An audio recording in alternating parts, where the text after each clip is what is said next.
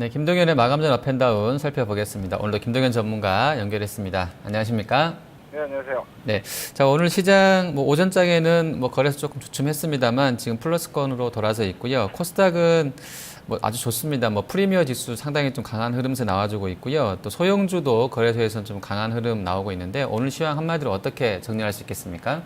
네, 일단 FOMC를 앞둔 기대감과 우려감이 좀 공존하고 있는 상황인 것 같습니다. 미국이 FOMC를 앞두고 어제 상승을 했다는 점에서 좀 안도하는 시세가 나오는 것 같고요. 그리고 전일 코스피 지수가 2000포인트대를 거의 찍었기 때문에 거기에 대한 하반 경직 기대감, 거기다가 코스닥도 700포인트가 무너졌었음에도 불구하고 계속 복원력을 주고 있다는 데서 기대감이 다시 좀 들어오는 모습이긴 하나 여전히 경계감 여전히 좀 유지가 되고 있는 모습도 같이 나오고 있는 것 같습니다. 제 개인적인 관점에서는 여기서 시장이 안도한다고 해서 얼마나 갈까라는 관점을 여전히 가지고 있고 미국이 금리 인상 구조에 들어가기 때문에 미국 또한 주가 상승은 쉽지 않을 거라고 예상하고 있기 때문에 지금은 버티더라도 매수가 공격적으로 들어오기는 좀 쉽지 않지 않나라고 보고 있기 때문에 시세를 쫓아갈 필요는 없지 않을까 이렇게 보고 있습니다.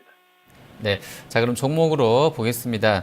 자, 롯데케미칼하고요. 또 LG화학, 대림산업 이렇게 좀 NCC 업체들 좋습니다. 오늘 롯데케미칼은 교보 쪽에서 2분기 영업이익 전망치를 4천억 정도 이상으로 좀 봤더라고요. 가이던스가 한 3천억대 중후반이었었는데 4천억 넘길 것으로 보게 되면서 좀 긍정적인 것 같고요. LG나 대림도 같이 이제 NCT를 하기 때문에 이쪽 업체들 실적이 좀 좋을 것이다라는 기대감 갖게 되는데요.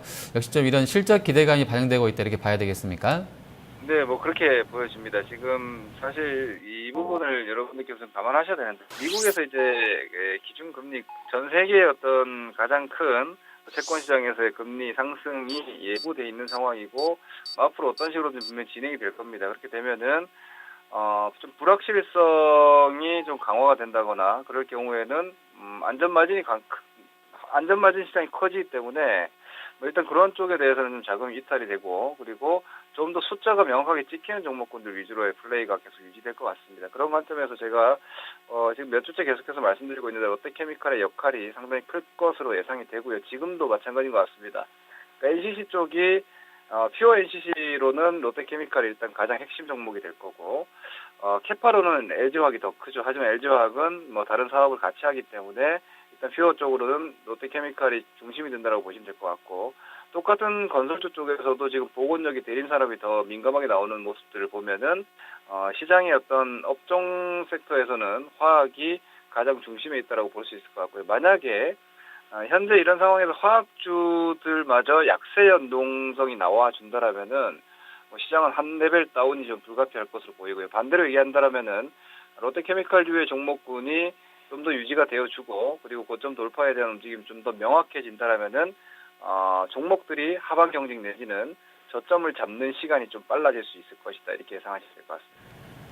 네, 자, 그리고 슈피겐 코리아도 좀 보겠습니다. 이 종목이 1분기 실적 호전 기대감이 상당히 높았었다가 어닝 쇼크가 나오게 되면서 주가가 지금 한 2달 정도 만에 고점에서는 거의 한 반토막이 나 있는 상황입니다. 오늘은 한 10% 넘는 급반등 나와주고 있는데요. 어떻게 좀 이해하면 되겠습니까? 네, 종목을 직접적으로 공략을 하실 필요는 없을 것 같고요. 이 종목을 만약에 공략하시는 분들은 어제 오늘 기준으로는 첫 반등이기 때문에 기대 수익률이 한 10%도 채 나오지 않기 때문에 한 10% 내외 정도밖에 안 나오기 때문에 트레이딩 하시는 분들은 그 정도 감안하셔서 로스컷 짧게 잡으시고 보시는 건 가능하지 싶은데 오히려 오늘의 슈프겐 코리아 같은 종목의 강세는 저는 이렇게 보여집니다.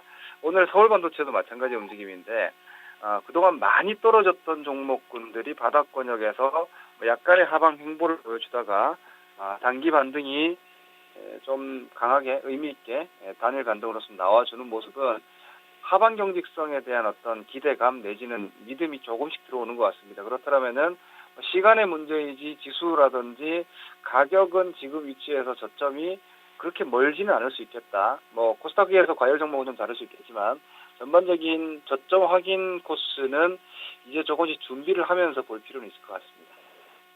네. 자, 그리고 코오롱 생명과 보겠습니다. 자, 인보사 모멘텀 부각이 되면서 오늘 신고가도 경신하고 있는데요. 자, 지금도 갖고 계신 분들은 보유하는 게 낫겠습니까? 네, 보유자분들은 계속 보유하셔도 될 것 같고, 제약주는 사실 아직까지는 뭐 트렌드가 다 살아있는 걸로 보여집니다. 뭐 예를 들어 한미약품, 한미사이언스, 뭐 대웅제약, 종근당, 녹십자 이런 쪽 다 모두 추세적으로는 살아있기 때문에 언제든지 트레이딩 관점 접근은 가능하겠는데, 근데 이런 부분으로 생각을 하시면 될 것 같죠. 예를 들어서 이것이 만약 4월장이었더라면 오늘처럼 코롱생명과학이 장중 고가 15%대 근처까지 갔더라면은 다른 제약주가 오늘처럼 이렇게 안 움직이진 않았을 겁니다.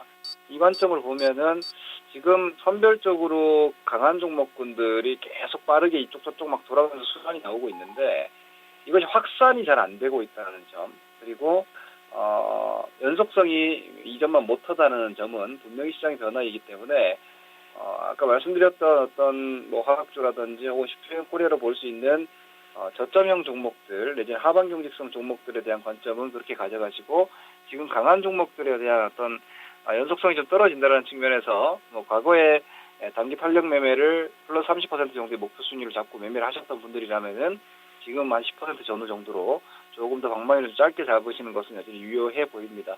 시장에 대해서는 투트랙으로 가실 필요가 있다고 보고 있기 때문에 이 관점에서 이해하셔도 될 것 같습니다. 네. 자, 하락 종목 연결해서 보겠습니다. 오늘 한샘 같은 경우가 한 5%가량 조정 나와 있습니다. 뭐 많이 올랐던 부분도 있긴 하는데요. 이제 조정이 좀 더 깊어진다고 봐야 되겠습니까? 네, 한샘은 오늘 사실 뭐 중소형 건자재 관련 종목군들은 강세를 유지하고 있는데 가장 상징적인 역할을 하는 혹은 올 상승을 시키기 위해서 자금이 좀 많이 소요가 되는 한샘이 5일선 라인에서 오늘 지수도 좋고 여타 종목군들이 강한데도 밀려 내려온다라는 거는 어떻게 보면은 이렇게 뭐 추세가 살아있는 종목이라고 해야 되겠죠. 이런 종목들도 움직임 자체가 다 뭐 케이스 바이 케이스로 가는 것 같습니다.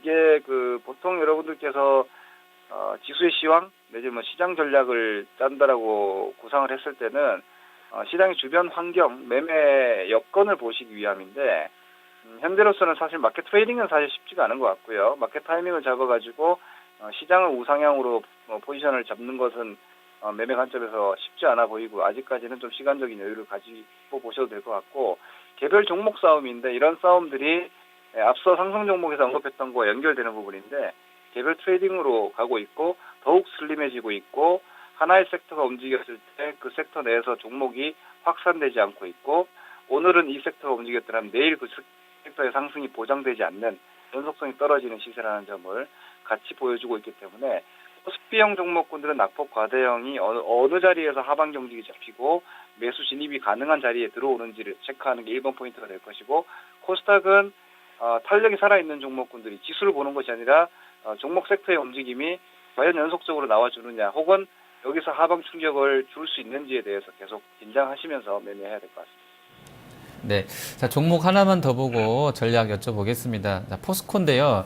지금 주가가 2008년도 서프라임 모기지 사태 이전 국면까지 깨져 있습니다. 9년 내 최저치까지 경신하고 있는 그런 약세 이어지고 있는데요. 자, 포스코는 어떤 대응이 필요하겠습니까? 저 같은 경우는 이제 주식을 시간적 관점에서 같이 접근을 해야 된다고 봅니다. 단기 매매는 단기 매매답게 하셔야 되고, 중장기 투자는 중장기 투자답게 하셔야 되는데, 포스코는 지금 장기 투자자분들께는 정말 매력적인 구간에 들어와 있지 않나 싶습니다. 뭐 구조조정 관련해서도 그렇고 정치적인 문제도 그렇고 가장 시끄러운 상황이고, 재고 설비 투자 사이클로 봤을 때도 업황 바닥권 근접으로 보이고, 배당금 1년에 한 8천 원 정도 주기 때문에 배당 수익률로도 무이혼 수익률이 상당히 나오는 구간에 들어왔기 때문에 한 1, 2년 이상을 바라보신다라면은 지금 20만 원 초반 혹 20만 원이 무너진다라면은 추가 매수까지도 진행될 수 있는 정도의 권역에 들어와 있다고 보기 때문에 스팟형 시세가 아니라 장기적인 종목에 대한 밸류에이션 투자로서는 아주 매력적이다. 다만 이 투자는 반드시 시간을 담보로 해야 되기 때문에 그러한 투자가 투자자 본인이 가능한지 여부를 철저히 고민하시고 매매하시면 오히려 매수 관점이지 않을까 싶습니다. 네. 자, 전략은 어떻게 짜면 좋을까요? 아까 말씀드렸다시피 시황적 관점 접근은 아직 여유를 가지셔도 된다고 보고 있습니다. 예를 들어서 2000포인트대 단기적인 테크니컬 리바운딩이 나온다 하더라도 한 2060 정도에서 걸리지 않을까 싶고요. 미국이 어떤 형태로든지 9월 FOMC에서의 금리 변화를 예고할 것으로 보이기 때문에 미국 시장이 조정이 전혀 안 나와 있는 상황에서 우리 시장이 여기서 뭐 다시 상승을 한다라고 보기도 좀 어려운 국면인 것 같습니다. 다만 외국인들이 자금을 크게 빼나가고 있지는 않은 상황이기 때문에 한국의 저평가 메리트는 여전히 유효해 보이기 때문에 중기적 관점에서는 시황적 관점에서는 매수 대기 상태에서 좀 느긋하게 보시고요. 개별 코스닥형 종목들은 어차피 시황 여건, 지수 여건보다는 종목 개별 대응이기 때문에 지수 시장보다는 종목에 좀 집중하셔서 시장이 지켜지더라도 보유하신 종목이 깨지면 매도를 한다. 혹은 시장이 하락하더라도 매수 대상 종목이 매수 시그널이 떨어지면 매매한다. 이런 식으로 접근하시면 될 것 같습니다.